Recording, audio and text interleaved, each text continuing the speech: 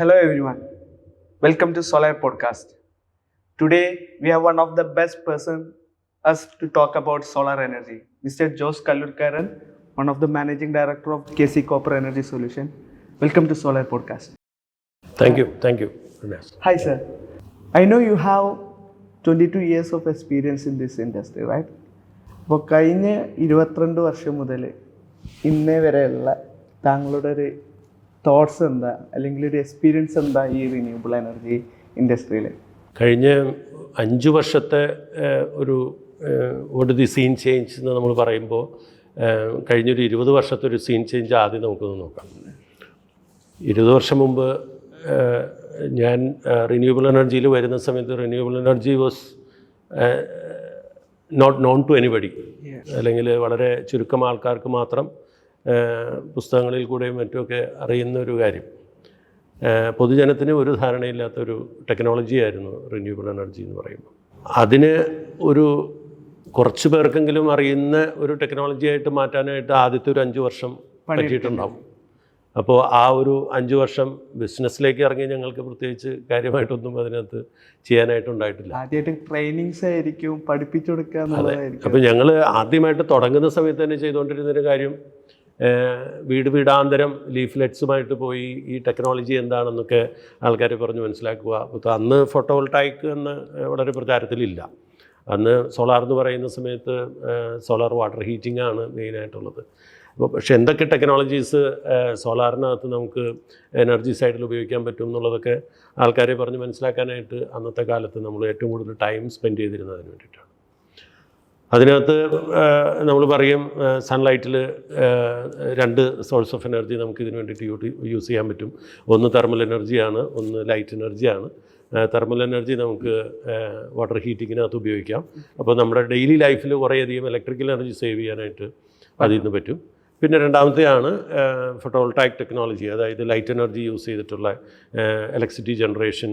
അതിൽ നിന്ന് നമുക്കെങ്ങനെ നമ്മുടെ കൺവെൻഷനലായിട്ടുള്ള ഇലക്ട്രിസിറ്റി യൂസേജ് സേവ് ചെയ്യാൻ പറ്റും എന്നുള്ളതൊക്കെ. പക്ഷേ ഇപ്പോൾ അന്ന് ഏറ്റവും കൂടുതൽ ആൾക്കാർക്ക് ആക്സെപ്റ്റ് ചെയ്യാൻ പറ്റുന്നതും ഇക്കണോമിക്കലി ഞാൻ പറയുന്നത് കോസ്റ്റ് വൈസ് അഫോർഡബിൾ ആയിട്ടുണ്ടായിരുന്നത് ഒരു പരിധി വരെ വാട്ടർ ഹീറ്റിംഗ് മാത്രമാണ്. അപ്പോൾ അതിനകത്ത് എങ്ങനെയാണ് വാട്ടർ ഹീറ്റർ വർക്ക് ചെയ്യുന്നത്, അപ്പം നമ്മൾ ആൾക്കാരെ പറഞ്ഞ് മനസ്സിലാക്കണം. അപ്പോൾ അതിനൊരു ലീഫ്ലെറ്റ്സ് നമ്മൾ കൊടുക്കും. അപ്പോൾ ഞങ്ങൾ തുടങ്ങിയ സമയത്ത് ഞാൻ കമ്പനി സ്റ്റാർട്ട് ചെയ്യുന്ന സമയത്ത് ഏകദേശം ഒരു 10-20 സ്റ്റാഫ് ഉണ്ടായിരുന്നു. അതിനകത്ത് ഇപ്പം ഞാനും റിസപ്ഷനിലിരിക്കുന്ന സ്റ്റാഫ് ഒഴിച്ച് കഴിഞ്ഞാൽ ബാക്കി ടെക്നീഷ്യൻസും എൻജിനീയേഴ്സും അതുപോലെ ഈവൻ അക്കൗണ്ട്സിലുള്ള ആൾക്കാർ വരെ ഈ ലീഫ്ലെറ്റുമായിട്ട് വീടാന്തരം കയറി ഇറങ്ങി ആൾക്കാരോട് ഈ ടെക്നോളജി പറഞ്ഞ് മനസ്സിലാക്കുക. അതോടൊപ്പം തന്നെ ആരെങ്കിലും അന്ന് ഈ ഗവൺമെൻറ് സ്കീമിനകത്ത് അന്നത്തെ റെസ്പോൺസ് എന്തായിരുന്നു?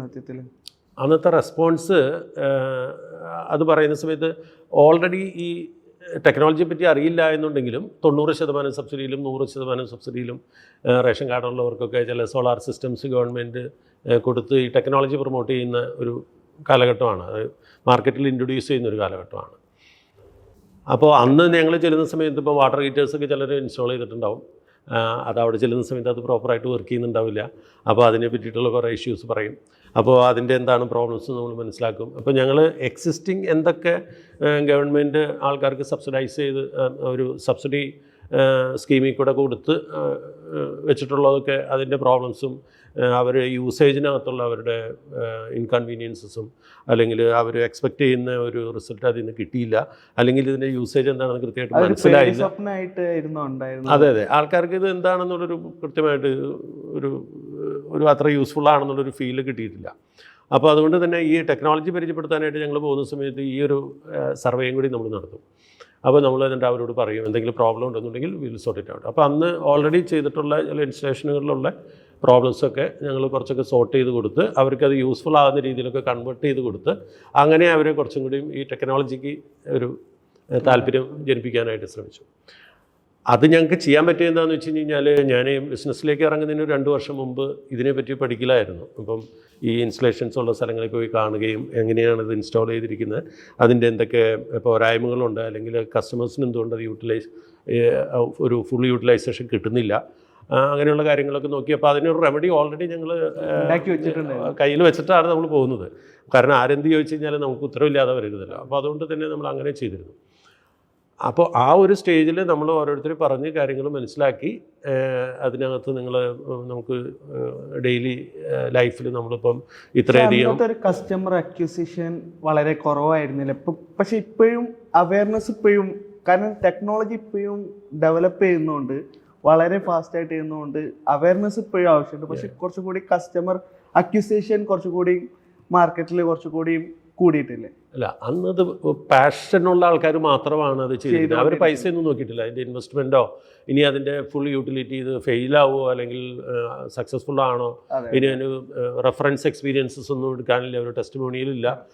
പക്ഷേ എങ്കിലും പാഷനുള്ള ചില ആൾക്കാർ, കാരണം നമ്മൾ പറഞ്ഞ കാര്യങ്ങൾ മനസ്സിലാകുന്ന ചില ആൾക്കാർ സൊസൈറ്റിക്ക് വേണ്ടിയിട്ട് അതിനകത്തോട്ട് ഇൻട്രസ്റ്റഡ് ആയിട്ട് വന്നു. അപ്പോൾ അത് നമ്മൾ വളരെ കുറച്ച് ആൾക്കാരാണ് അതിനോട്ട് മുമ്പോട്ട് വന്നിട്ടുള്ളത്. ഞാൻ എൻ്റെ ആദ്യത്തെ കസ്റ്റമറെയൊക്കെ ഒരു 20 വർഷം കഴിഞ്ഞിട്ടൊക്കെ അവർ സംസാരിക്കുന്ന സമയത്തൊക്കെ അവരത് എപ്പോഴും പറയുമായിരുന്നു, ഞങ്ങളതന്ന് അങ്ങനെ ഞങ്ങൾക്ക് വേണ്ടിയിട്ട് ചെയ്തതല്ല, ഒരു താല്പര്യം കൊണ്ട് ചെയ്തതാണ്, പക്ഷെ അതൊക്കെ ഇത്രത്തോളമൊക്കെ മാർക്കറ്റിൽ അത് ഹെൽപ്പ് ചെയ്തു എന്നൊക്കെ അവരങ്ങനെ സാധാരണ പറയാറുണ്ട്.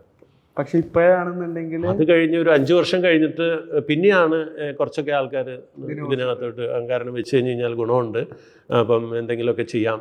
അപ്പോൾ അങ്ങനെ ഒരു കോമൺ ആയിട്ട് അല്ലെങ്കിൽ പോലും ഒരു സ്പെഷ്യൽ ഐറ്റമായിട്ട് നമ്മൾ ഹൗസ് ഹോൾഡ്സിനകത്തൊക്കെ ഇത് പോകാനായിട്ട് തുടങ്ങി. പിന്നെ ആ സമയത്ത് എനിക്ക് തോന്നുന്നു ഹൗസ് ഹോൾഡ്സിനേലും കൂടുതൽ കൊമേഴ്സ്യൽ ഏരിയയിൽ, കാരണം ഹോട്ടലുകൾ, ഹോസ്പിറ്റലുകൾ അങ്ങനെയുള്ള സ്ഥലങ്ങളിലൊക്കെ ഇത് ഉപയോഗിച്ചിട്ടുണ്ട്. കാരണം അവർക്ക് ചൂടുവെള്ളത്തിൻ്റെ റിക്വയർമെൻറ്റ് കൂടുതലായിരുന്നു.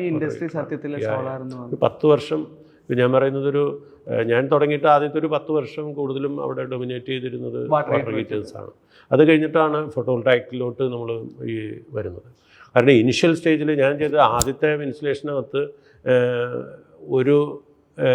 ഒരു കിലോ വാട്ടിൻ്റെ അന്നത്തെ കോസ്റ്റ് 4 ലക്ഷം രൂപയ്ക്ക് മേലെയാണ് അന്നത്തെ ഒരു കോസ്റ്റ്. അപ്പം 4-5 ലക്ഷം രൂപ എന്നൊക്കെ പറയും. കാരണം എന്ന് വെച്ച് കഴിഞ്ഞാൽ ബാറ്ററി സപ്പോർട്ടഡ് ആയിട്ടുള്ള ഓഫ് ഗ്രിഡ് സിസ്റ്റംസ് ആണല്ലോ. അപ്പം ബാറ്ററിയുടെ കോസ്റ്റും എല്ലാം കൂടി കണക്കാക്കുന്ന സമയത്ത് ഡിസൈൻ അനുസരിച്ച് 4 to 5 lakh rupees ഒരു കിലോ വാട്ടിന് കോസ്റ്റ് വരുന്ന സമയത്ത് ഒരു വാട്ട് പാനലിൻ്റെ കോസ്റ്റ് അന്ന് 500 രൂപയ്ക്ക് മേലെയാണ്, അല്ലെങ്കിൽ 400 രൂപയ്ക്ക് മേലെയൊക്കെയാണ്. ഞാൻ ആദ്യം വാങ്ങിച്ച എനിക്ക് ഫസ്റ്റ് പ്രൊക്യൂർമെൻറ്റ് 495 രൂപ പെർ വാട്ടിനാണ് ഞാൻ വാങ്ങിച്ചത്. ഇന്നിപ്പം എൻ്റെ കോസ്റ്റോടെ കിടക്കുന്നു, അതായത് നോ കമ്പാരിസൺ.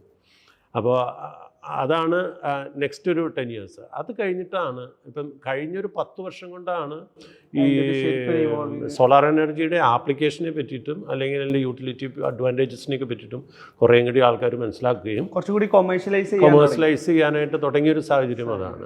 ആക്ച്വലി നമ്മൾ സ്റ്റാർട്ട് ചെയ്യുന്നത് 2022 ഞങ്ങൾ സ്റ്റാർട്ട് ചെയ്യുന്ന സമയത്ത് ആ വർഷം മുതൽ സബ്സിഡിയിൽ നിന്ന് മാറിയിട്ട് ഇത് കൊമേഴ്സ്യൽ മാർക്കറ്റിലോട്ട് വന്നതാണ്.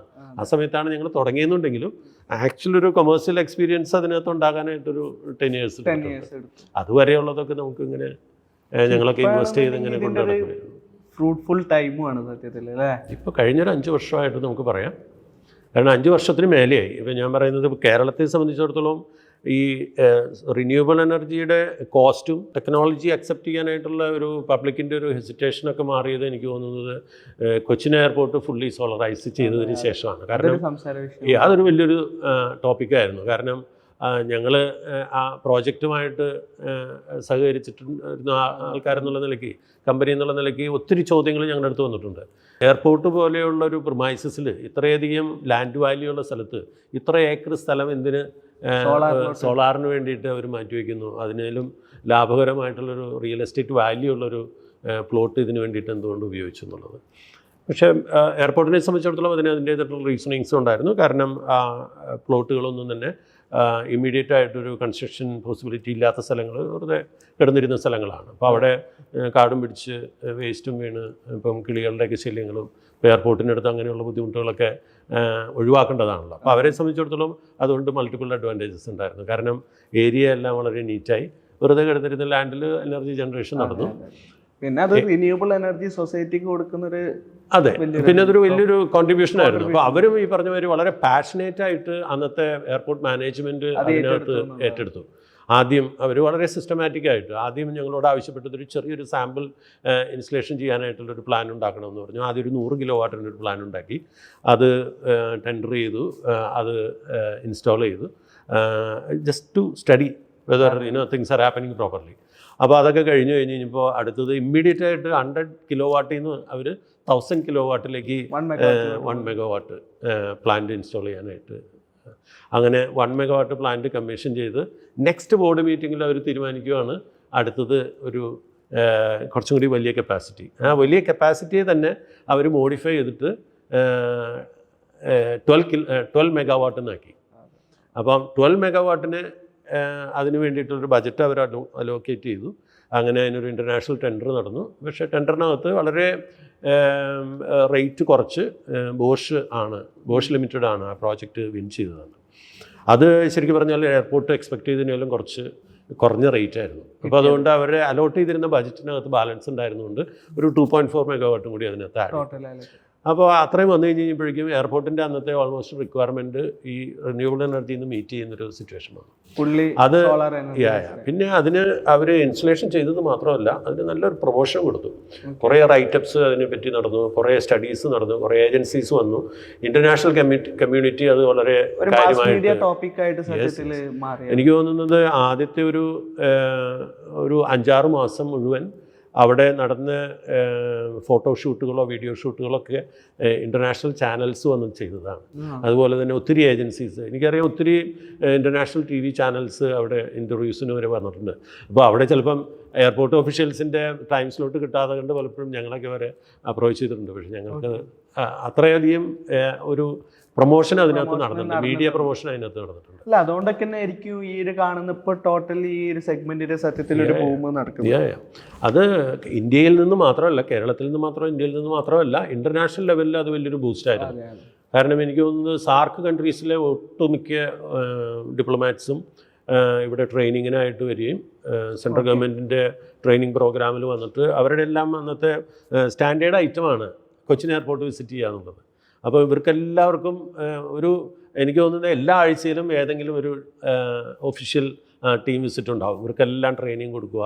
അപ്പോൾ അങ്ങനെ ആ ഒരു മെത്തേഡിലാണ് ഈ ടെക്നോളജി ആൾക്കാർക്ക് ഇത്ര അക്സെപ്റ്റബിളായിട്ട് വന്നത്. പക്ഷെ ഇപ്പോഴും എനിക്ക് തോന്നുന്നൊരു സജഷൻ എന്ന് പറയുന്നത്, ഇപ്പോഴും സത്യത്തിൽ മാർക്കറ്റ് ബൂമായിട്ടുണ്ടെങ്കിലും ഇതിൻ്റെ ഒരു പ്രോപ്പർ അവയർനെസ് ഇപ്പോഴും ലാക്ക് ചെയ്യുന്നില്ല സത്യത്തിൽ മാർക്കറ്റിൽ. ആ ഒരു കണ്ടീഷൻ നമുക്ക് ടൈം ടു ടൈം, അന്ന് നിങ്ങളൊരു 10-20 ആൾക്കാർ വെച്ചിട്ട് ഇങ്ങനെ വീടാന്തരം പോയി എന്ന് പറഞ്ഞ സ്ഥിതിക്ക് അത് ഇപ്പോഴും ഇതിനെ കുറിച്ചിട്ട് ഇപ്പോൾ എന്തോ PM സൂര്യകർ അല്ലെങ്കിൽ സോളാർ എന്ന് പറഞ്ഞ പാനൽ വീട്ടിൽ റൂഫ് ടോപ്പ് സോളാർ സിസ്റ്റം. പക്ഷേ ഇത് എന്താണ്, ഇതിനോടുള്ള ഇത് വെക്കുമ്പോൾ ശ്രദ്ധിക്കേണ്ട കാര്യങ്ങൾ എന്തൊക്കെയാണ്, ഇതിനോടുള്ള പ്രയോജനങ്ങൾ എന്തൊക്കെയാണ്, ഇപ്പോഴും അറിയാത്ത കുറേ ആൾക്കാർ ഇപ്പോഴും നമ്മൾ എടുത്തുണ്ട്. ഇത് വെക്കുന്ന ആൾക്കാർ വരെ ഇതിന് പ്രോപ്പറായിട്ട് അറിഞ്ഞിട്ടല്ല, ഇതിൻ്റെ ഒരു ഗൈഡ് ലൈൻസ് പാലിച്ചിട്ടാണോ ഇത് വെക്കുന്നത്. ഇപ്പോൾ ഇതിനകത്ത് പറഞ്ഞത് വളരെ ശരിയായിട്ടുള്ളൊരു കാര്യമാണ്. കാര്യം നമ്മൾ ഇത്രയും വർഷം കൊണ്ട് ഇത്രയധികം ഒരു പബ്ലിക് അക്സെപ്റ്റ് ചെയ്തൊരു ടോപ്പിക്ക് അല്ലെങ്കിൽ ഒരു ടെക്നോളജി ആയിട്ട് അല്ലെങ്കിൽ എല്ലാവരുടെ ലൈഫ് സ്റ്റൈലിൻ്റെ ഒരു ഭാഗമായിട്ട് മാറുന്നൊരു ലെവലിലേക്ക് വന്നിട്ടുണ്ടെന്നുണ്ടെങ്കിൽ പോലും ഈ പറഞ്ഞ മാതിരി ശരിയായിട്ടുള്ളൊരു ധാരണ ഇതിനെ പറ്റിയിട്ട് പലർക്കും ഇല്ല എന്നുള്ളതാണ്. അത് ഒരു പരിധിവരെ ഇപ്പോൾ ഞങ്ങളൊരു 8-10 വർഷക്കാലം ഈ ഇൻഡസ്ട്രിയിൽ വരുന്ന ആൾക്കാർക്കെല്ലാം വേണ്ട ട്രെയിനിങ്സ് എല്ലാം കൊടുക്കുന്നുണ്ടായിരുന്നുണ്ടെങ്കിൽ പോലും ഓരോ ദിവസവും പുതിയ ആൾക്കാർ ഈ ഇൻഡസ്ട്രിയിൽ ജോയിൻ ചെയ്യുന്നുണ്ട്, ഇൻഡസ്ട്രിയിൽ സ്റ്റേക്ക് ഹോൾഡേഴ്സായിട്ട് വരുന്നുണ്ട്.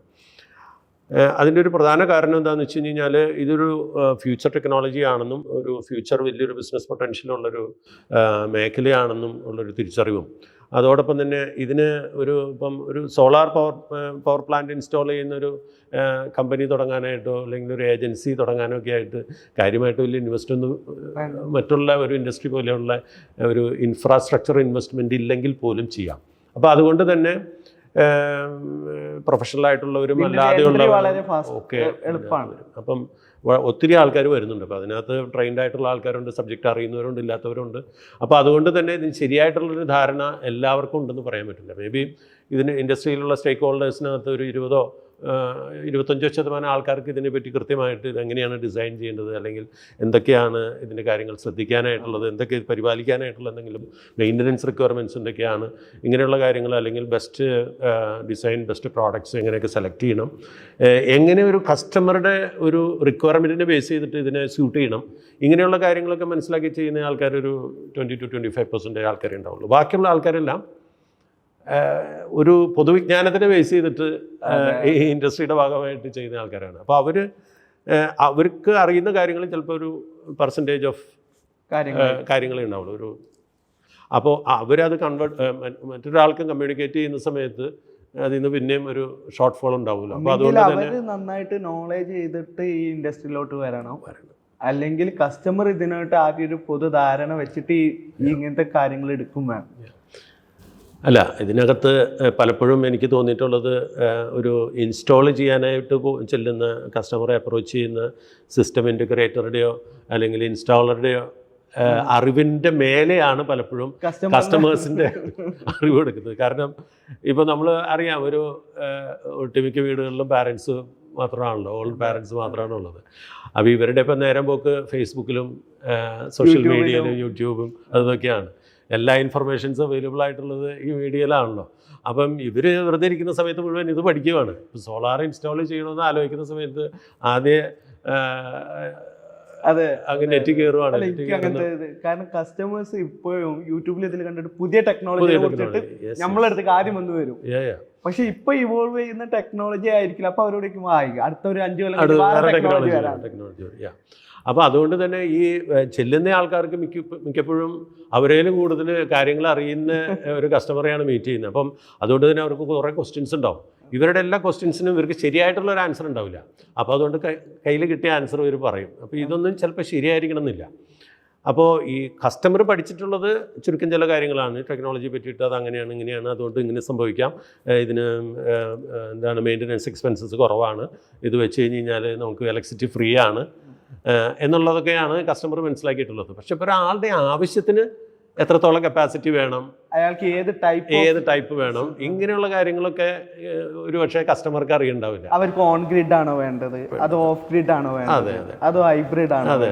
ഇപ്പം ഞങ്ങൾ തന്നെ പലപ്പോഴും പലരെ സമീപിക്കുന്ന സമയത്ത്, സംസാരിക്കുന്ന സമയത്തൊക്കെ അവർ പറയും ഞങ്ങൾക്ക് ഇന്നത് മതി എന്ന് പറയും.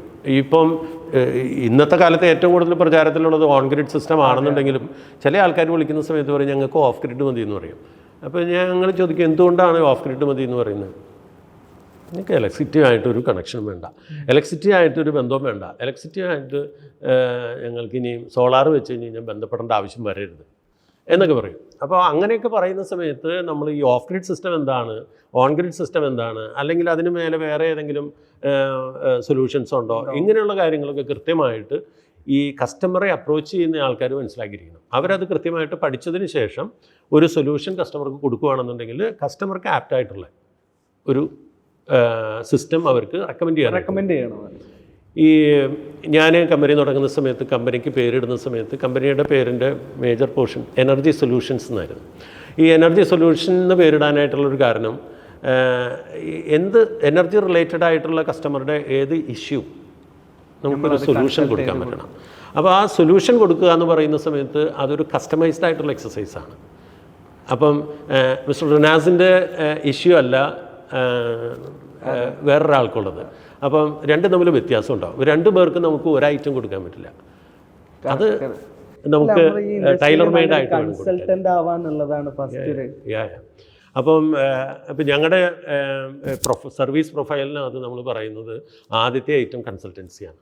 അപ്പോൾ നമ്മൾ അതിന് ഒരു എനർജി കൺസൾട്ടൻ്റ് എന്നും പറഞ്ഞിട്ട് പ്രത്യേകിച്ചൊരു ആക്ടിവിറ്റി വേണ്ട. നമ്മളിപ്പോൾ ഒരു സിസ്റ്റം ഇൻസ്റ്റാൾ ചെയ്യുന്ന ആൾ first he should be a consultant. കാരണം കസ്റ്റമറുടെ റിക്വയർമെൻറ്റ് എന്താണ്, അയാളുടെ ഇഷ്യൂസ് എന്താണ്, ആപ്ലിക്കേഷൻസ് എന്താണ്, ഈ 2-3 കാര്യങ്ങൾ മനസ്സിലാക്കിയതിന് ശേഷം അയാളുടെ സൈറ്റിനെ പറ്റി പഠിക്കണം, സൈറ്റിൻ്റെ സ്യൂട്ടബിലിറ്റി നോക്കണം, അയാളുടെ റിക്വയർമെൻറ്റ് എത്രയുണ്ട്, അതിന് ഈ സൈറ്റ് സഫീഷ്യൻ്റ് ആണോ, ഇനിയും സൈറ്റ് സഫീഷ്യൻ്റ് ആണെന്നുണ്ടെങ്കിൽ അതിനകത്ത് ഏത് ടെക്നോളജിയാണ് ആപ്റ്റായിട്ടുള്ളത്, ഇങ്ങനെയുള്ള കാര്യങ്ങളൊക്കെ മനസ്സിലാക്കിയതിന് ശേഷം അയാൾക്ക് സൂട്ടബിളായിട്ടുള്ള ഒരു ഇത് കൊടുക്കുക എന്നുള്ളതാണ്. ഇപ്പോൾ നമ്മളിപ്പം പ്രചാരത്തിലിരിക്കുന്ന ഇപ്പോൾ നമ്മളിപ്പോൾ പറയുന്ന 2-3 ടെക്നോളജീസ് ഉണ്ടല്ലോ. ഒന്ന് ഓഫ് ഗ്രിഡ് ഉണ്ട്, ഓൺ ഗ്രിഡ് ഉണ്ട്, ദെൻ ഹൈബ്രിഡ്. ഇതിൻ്റെ രണ്ടിൻ്റെയും കൂടി ഒരു മെർജ്ഡ് ആയിട്ടുള്ള വേർഷനാണ് ഹൈബ്രിഡ് എന്ന് പറയുന്നത്. ഇതൊക്കെ ഓരോ കസ്റ്റമറുടെയും റിക്വയർമെൻറ്റിനനുസരിച്ച് നമ്മൾ പറയേണ്ടതാണ്. അപ്പോൾ നമ്മളിതിനെ 3 ക്ലാസിഫൈ ചെയ്ത് പറയുകയാണെന്നുണ്ടെങ്കിൽ നമുക്ക് പറയാം ഓഫ് ഗ്രിഡ് സൊല്യൂഷൻ എന്ന് പറയുന്നത് ഇലക്ട്രിസിറ്റി അവൈലബിൾ അല്ലാത്ത അല്ലെങ്കിൽ വളരെ ഫ്രീക്വൻ്റ് ആയിട്ട് പവർ ഫെയിലിയേഴ്സ് ഉള്ള സ്ഥലങ്ങളിൽ നമുക്ക് അൺഇൻറ്ററപ്റ്റഡ് ആയിട്ട് പവർ കിട്ടുക എന്നുള്ളതാണ് സോളാറിൽ ആലോചിക്കുന്ന സമയത്ത് ആദ്യത്തെ റിക്വയർമെൻറ്റ് എന്ന് പറയുന്നത്. അപ്പം ഫസ്റ്റ് സെറ്റ് ഓഫ് കസ്റ്റമേഴ്സിൻ്റെ ആപ്ലിക്കേഷൻ എന്ന് പറയുന്നത് അൺഇൻറ്ററപ്റ്റഡ് പവർ ലഭിക്കുക എന്നുള്ളതാണ്. അപ്പോൾ അത് പറയുന്ന സമയത്ത് off grid is the best one. കാരണം ഡേ ടൈമിൽ മാത്രമേ നമുക്ക് സോളാർ എനർജിയിൽ നിന്ന് പവർ ജനറേറ്റ് ചെയ്യാൻ പറ്റുള്ളൂ. ജനറേറ്റ് ചെയ്ത സാധനത്തിന് നമ്മൾ ആ എനർജിയെ നമ്മൾ ബാറ്ററിയിൽ സ്റ്റോർ ചെയ്ത് നമ്മുടെ ആവശ്യത്തിനനുസരിച്ച് പകലോ രാത്രിയിലോ എപ്പോൾ വേണമെങ്കിലും ഉപയോഗിക്കാം. അതാണ് ഓഫ് ഗ്രിഡ്. അപ്പോൾ അതിനകത്ത് ഈവൻ നമുക്ക് ഗ്രിഡ് ഇലക്ട്രിസിറ്റി അവൈലബിൾ അല്ലെങ്കിൽ പോലും നമുക്കത് ചെയ്യാം. അതായത് ഇൻഡിപെൻഡൻ്റ് ആയിട്ട് ഒരു സ്റ്റാൻഡ് അലോൺ ഒരു പവർ ജനറേറ്റിംഗ് സിസ്റ്റമായിട്ട് അതിനെ നമുക്ക് ഉപയോഗിക്കാൻ പറ്റും. അത് അതിനകത്ത് കോസ്റ്റിനെ പറ്റി ഡിസ്കസ് ചെയ്യുന്നതിന് വലിയ മീനിങ് ഇല്ല. കാരണം നമ്മുടെ prime target uninterrupted power supply ആണ്. അപ്പോൾ അതിൻ്റെതായിട്ടുള്ള ഒരു പ്രോപ്പർ വിഷൻ ഉണ്ട്, അതിൻ്റെതായിട്ടുള്ള അഡ്വാൻറ്റേജസും ലിമിറ്റേഷൻ. അപ്പം ഇനി അതിനകത്ത് വരുന്ന സമയത്ത് കസ്റ്റമറുടെ ആപ്ലിക്കേഷൻ അല്ലെങ്കിൽ അവരുടെ റിക്വയർമെൻറ്റ് അവരുടെ ടൈപ്പ് ഓഫ് യൂസേജിനനുസരിച്ച് ഈ ഓഫ് ഗ്രിഡ് സിസ്റ്റം പ്രോപ്പറായിട്ട് ഡിസൈൻ ചെയ്താൽ അത് നമുക്ക് അൺഇൻറ്ററപ്റ്റഡ് ആയിട്ടുള്ള തരും. അപ്പോൾ പക്ഷേ അതിൻ്റെ സ്ഥാനത്ത് നമ്മൾ മനസ്സിലാക്കുന്നത് ഓഫ് ഗ്രിഡ് സിസ്റ്റം എന്ന് പറയുമ്പോൾ ബാറ്ററി സപ്പോർട്ടഡ് ആയിട്ടുള്ളൊരു സിസ്റ്റം എന്ന് മനസ്സിലാക്കി ഇതിൻ്റെ കണക്കൊന്നും നോക്കാതെ കണ്ടോ അല്ലെങ്കിൽ ഇതിൻ്റെ കപ്പാസിറ്റി ഒന്നും പ്രോപ്പറായിട്ട് ഒരു ഡിസൈൻ ആസ്പെക്റ്റിൽ കൺസിഡർ ചെയ്യാതെ കണ്ട് പാനൽ വയ്ക്കുന്നു, ഇൻവെർട്ടർ വയ്ക്കുന്നു, ബാറ്ററി വയ്ക്കുന്നു. അങ്ങനെ ചെയ്ത് കഴിഞ്ഞ് കഴിഞ്ഞാൽ ചിലപ്പോൾ അയാളുടെ ഒരു യൂസേജിന് അത് മതിയാവണമെന്നില്ല. അപ്പോൾ എപ്പോഴും അതൊരു പ്രോബ്ലം ആയിരിക്കും. ഇപ്പോൾ അൺഇൻറ്ററപ്റ്റഡ് പവർ സപ്ലൈക്ക് വേണ്ടിയിട്ട് അയാൾ ചെയ്തതിന് പകരം ടോട്ടലി നേരത്തെ ഉണ്ടാകുന്നതിലും കൂടുതൽ ഇൻറ്ററപ്ഷൻസ് അതിനകത്ത് ഉണ്ടാകുന്നതായിരിക്കും ചിലപ്പോൾ കസ്റ്റമർ ഫീൽ ചെയ്യുന്നത്. നമ്മളൊരു ബാറ്ററി സിസ്റ്റം നമ്മൾ ഡിസൈൻ ചെയ്ത് ഈ സോളാർ ഓഫ് ഗ്രിഡ് സിസ്റ്റം ചെയ്യുന്ന സമയത്ത് അതിനകത്ത് ശ്രദ്ധിക്കേണ്ട ഒരു കാര്യം, ഒന്ന് നമ്മുടെ ഡെയിലി യൂസേജ് എത്ര ഉണ്ട് എന്ന് നമ്മൾ കണക്കാക്കണം. എത്ര യൂണിറ്റ് ഇലക്ട്രിസിറ്റി ഒരു ദിവസം നമ്മൾ യൂസ് ചെയ്യുന്നുണ്ട്, അത്ര യൂണിറ്റ് ഇലക്ട്രിസിറ്റി പ്രൊഡ്യൂസ് ചെയ്യാനായിട്ട് നമുക്ക് എത്ര കപ്പാസിറ്റി സോളാർ പാനൽസ് വേണമെന്നുള്ളത് നമുക്ക് കണ്ടുവയ്ക്കാം. അതുപോലെ തന്നെ നമ്മൾ എന്തൊക്കെ ലോഡുകളാണ് നമുക്ക് ഇതിനകത്ത് കൊടുക്കേണ്ടത്. അപ്പോൾ നമ്മളിപ്പം ഇതിനകത്തൊരു ഇൻവെർട്ടർ ഇൻവോൾവ്ഡ് ആണ്. അപ്പോൾ ഇൻവെർട്ടറിൻ്റെ കപ്പാസിറ്റി നിശ്ചയിക്കാനായിട്ട് നമുക്ക് എത്ര ലോഡുകൾ നമുക്ക് ഉപയോഗിക്കണം, അതൊക്കെ ഏതൊക്കെ സമയത്ത് ഉപയോഗിക്കണം. അപ്പോൾ അങ്ങനെ നമ്മൾ ഉപയോഗിക്കുന്ന സമയത്ത് പീക്ക് ആയിട്ട് നമുക്ക് ഈ ഇൻവെർട്ടറിനകത്ത് എത്ര ലോഡാണ് വരുന്നത്, ഇൻവെർട്ടറിന് ഹാൻഡിൽ ചെയ്യാവുന്ന ലിമിറ്റിനകത്താണോ, അപ്പോൾ ആ ഇൻവെർട്ടർ അതിനനുസരിച്ച് നമ്മൾ കപ്പാസിറ്റി ഡിസൈൻ ചെയ്യണം. ഇനി വരുന്നത് ഇത്രയും ലോഡുകൾ ഹാൻഡിൽ ചെയ്യാനായിട്ട് നമ്മൾ ഇത്ര യൂണിറ്റ് ഇലക്ട്രിസിറ്റി ആണ് നമുക്ക് ഒരു ദിവസത്തേക്ക് വേണ്ടത്. അത്രയും ഇലക്ട്രിസിറ്റി ഈ ബാറ്ററിയിൽ നിന്ന് യൂസ് ചെയ്യാവുന്ന തരത്തിൽ ഉള്ള രാത്രിയും പകലും കൂടി യൂസ് ചെയ്യണം. അപ്പോൾ അതിന് ഏറ്റവും കംഫർട്ടബിളായിട്ട് ചെയ്യേണ്ട ഒരു ഡിസൈൻ അപ്രോച്ച് എന്താണെന്ന് വെച്ച് കഴിഞ്ഞാൽ ബാറ്ററിയുടെ 50%-ന് ഡെയിലി ഡിസ്ചാർജ് വരുന്ന രീതിയിലായിരിക്കണം ഇതിൻ്റെ ഡിസൈൻ. അതായത് ഇപ്പോൾ ഒരു ദിവസം നമുക്ക് 5 യൂണിറ്റാണ് നമുക്ക് ഈ ബാറ്ററി ഡെലിവറി ചെയ്യേണ്ടതെന്ന് നമ്മൾ കണക്കാക്കിയെന്ന് വിചാരിക്കും. പക്ഷേ നമ്മൾ ഇൻസ്റ്റാൾ ചെയ്യേണ്ട ബാറ്ററിയുടെ കപ്പാസിറ്റി അനുസരിച്ച് അതിന് 10 യൂണിറ്റ് ഡെലിവറി ചെയ്യാനായിട്ടുള്ള കപ്പാസിറ്റി വേണം. അതിൻ്റെ കാരണം എന്താണെന്ന് വെച്ച് കഴിഞ്ഞാൽ ഡേ ടൈമിൽ ഇലക്ട്രിസിറ്റി ജനറേഷൻ സോളാറിൽ നിന്ന് നടക്കുന്നത് സൺലൈറ്റിനെ ബേസ് ചെയ്തിട്ടാണ്, അതിൻ്റെ ഇൻറ്റൻസിറ്റി ബേസ് ചെയ്തിട്ടാണ്. ഇത് വേരി ചെയ്തുകൊണ്ടിരിക്കും. അപ്പോൾ പക്ഷേ കൂടി കുറഞ്ഞു വരാം. ചില ദിവസങ്ങളിൽ നന്നായിട്ട് ബ്രൈറ്റ് ആയിരിക്കും, ചില ദിവസങ്ങളിൽ ക്ലൗഡ് ഉണ്ടാവും, ഇപ്പം ജനറേഷൻ കുറയും. അപ്പോൾ അങ്ങനെയൊക്കെ വരുന്ന സമയത്ത് നമ്മുടെ യൂസേജ് സ്റ്റേബിളായിരിക്കും, സ്റ്റഡി ആയിരിക്കും. അപ്പോൾ ആ യൂസേജിനെ മീറ്റ് ചെയ്യാനായിട്ട് ഈ ബാറ്ററിയുടെ കപ്പാസിറ്റി എപ്പോഴും സഫിഷ്യൻ്റ് ആയിരിക്കണം. അതല്ല എന്നുണ്ടെങ്കിൽ നമ്മൾ ലോഡ് കൊടുക്കുന്ന സമയത്ത് ഈ ബാറ്ററിയുടെ കപ്പാസിറ്റിക്ക് മേലെ വരുന്ന സമയത്ത് ഓവർലോഡായിട്ട് അപ്പം സിസ്റ്റം ഓവർലോഡ് ആവുന്നതിന് 2 റീസൺസ് ഉണ്ട്. ഒന്ന് ഇൻവെർട്ടറിൻ്റെ കപ്പാസിറ്റിക്ക് മേലെയുള്ള ലോഡ് കൊടുത്തതാകാം, അല്ലെങ്കിൽ ബാറ്ററിയുടെ അവൈലബിൾ ചാർജ് സ്റ്റേറ്റസിന് മേലെയുള്ള ലോഡ് കൊടുത്തതാകാം. അപ്പോൾ രണ്ടിനകത്തും ഓവർലോഡ് സംഭവിക്കാം. അപ്പോൾ അത് സംഭവിക്കാതിരിക്കണം എന്നുണ്ടെങ്കിൽ നമ്മുടെ ആവറേജ് ഡെയിലി യൂസേജിൻ്റെ ഇരട്ടി കപ്പാസിറ്റിക്കുള്ള ബാറ്ററി വേണം. അതായത് ബാറ്ററിയുടെ ഫുൾ ചാർജിൽ 50% മാത്രമേ നമ്മൾ ഡെയിലി ഡിസ്ചാർജ് പ്ലാനിൽ ഉണ്ടാകാവൂ. അങ്ങനെ വരുന്ന സമയത്ത് ഏത് സിറ്റുവേഷനകത്തും ബാറ്ററിക്കകത്തൊരു ചാർജ് അവൈലബിൾ ആയിരിക്കും. ഇപ്പോൾ നെക്സ്റ്റ് ഡേയിൽ സൺലൈറ്റ് കുറവാണ്, റീചാർജ് ചെയ്യുന്ന ലെവൽ കുറവാണെന്നുണ്ടെങ്കിൽ പോലും ആ ദിവസം നമുക്ക് യൂസ് ചെയ്യാനായിട്ടുള്ള പവർ ബാറ്ററിക്ക് സപ്ലൈ ചെയ്യാനായിട്ട് പറ്റും. പക്ഷെ ഒരു 3-4 ദിവസം കണ്ടിന്യൂസ് ആയിട്ട് നമുക്ക് പ്രോപ്പർ സൺലൈറ്റ് ഉണ്ടായില്ല, ചാർജിങ് പ്രോപ്പറായിട്ട് നടന്നില്ല, നമ്മുടെ യൂസേജ് എല്ലാം സ്റ്റഡി ആയിട്ടാണ് പോകുന്നതെന്നുണ്ടെങ്കിൽ ഒരു പക്ഷേ ഈ പറയുന്ന ഇൻറ്ററപ്ഷൻ ഉണ്ടായേക്കാം. അതല്ലെങ്കിൽ നോർമൽ കോഴ്സിൽ അങ്ങനെ പോകും. അതിനെ പിന്നെ നമ്മളൊന്ന് ഈ പ്യുവർ ഓഫ് ഗ്രിഡിനെ മോഡിഫൈ ചെയ്യുന്നതാണ്. അതിന് ഗ്രിഡ് കണക്ഷൻ കൂടി കൊടുത്തു കഴിഞ്ഞാൽ ഈ ബാറ്ററി ലോ ആകുന്ന സമയത്ത് ഓട്ടോമാറ്റിക്കലി ഇത് ഗ്രിഡിലേക്ക് മാറുന്നു, ബാറ്ററി ചാർജ് ആവുന്ന സമയത്ത് തിരിച്ചു വരുന്നു. അപ്പോൾ എപ്പോഴും ബാറ്ററി ഹെൽത്തി ആയിരിക്കും, നമുക്ക് അൺഇൻറ്ററപ്റ്റഡ് ആയിട്ടുള്ള പവർ കിട്ടുകയും ചെയ്യും.